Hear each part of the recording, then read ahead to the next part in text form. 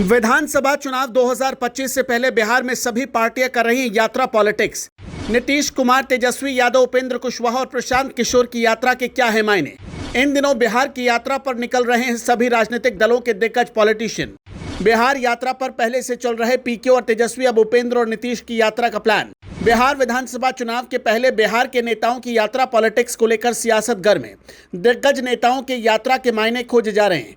तेजस्वी यादव, उपेंद्र कुशवाहा, प्रशांत किशोर, नीतीश कुमार समेत तमाम दिग्गज नेता यात्रा राजनीति में शामिल हो रहे हैं। प्रशांत किशोर ने बिहार में विधानसभा चुनाव के पहले यात्रा पॉलिटिक्स की शुरुआत जन सुराज यात्रा के नाम से की थी। अपनी यात्रा के दौरान बिहार के उन्होंने हर जिले में जाकर लोगों को ये बताने की कोशिश की कि उनकी बनने वाली राजनीतिक पार्टी अगर सत्ता में आती है तो कैसे बिहार को बदल लेंगे। लगे हाथ बिहार के तमाम सियासी दलों को बिहार के बदहाल का जिम्मेदार ठहराकर निशाना भी साध रहे हैं।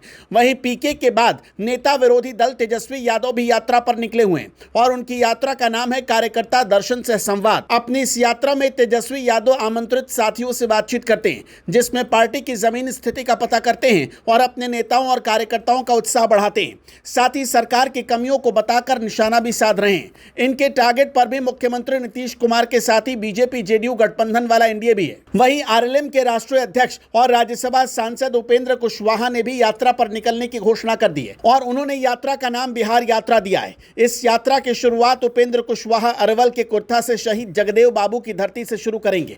25 सितंबर से यात्रा पर निकलेंगे और 25 तारीख को अरवल औरंगाबाद में रहेंगे। वहीं 26 सितंबर को औरंगाबाद रोहतास में रहेंगे। इसके बाद 27 तारीख को रोहतास भोजपुर में रहेंगे और 29 तारीख को छपरा में रहेंगे। दूसरे चरण की घोषणा बाद में होगी। वहीं मुख्यमंत्री नीतीश कुमार भी यात्रा पर निकलने वाले हैं, लेकिन अभी तारीख की घोषणा नहीं हुई। बताया जा रहा है कि यात्रा महिलाओं को ध्यान में रखकर की जाएगी। सूत्र बताते हैं कि यात्रा का नाम महिला संवाद यात्रा हो सकता है। जेडीयू की नेता और मंत्री लेसी सिंह कहती है कि नीतीश जी यात्रा पर शुरू से ही निकलते रहे, एक बार फिर निकलने वाले हैं, जिसकी घोषणा की जाएगी। बिहार की राजनीति में माहिर खिलाड़ी माने जाने वाले नीतीश कुमार भी यात्रा के जरिए वोटर्स के मन की बात जानने की कोशिश करेंगे।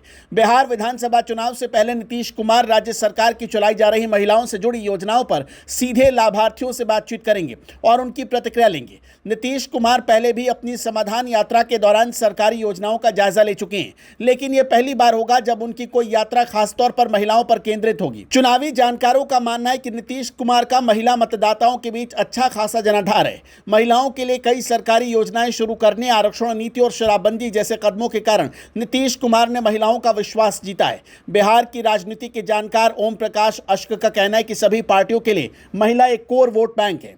जेडीयू के लिए महिला वोटर भी खास हैं, इसलिए विधानसभा चुनाव से पहले नीतीश कुमार इस कोर वोट को अपनी पार्टी के लिए और मजबूत करना चाहते हैं।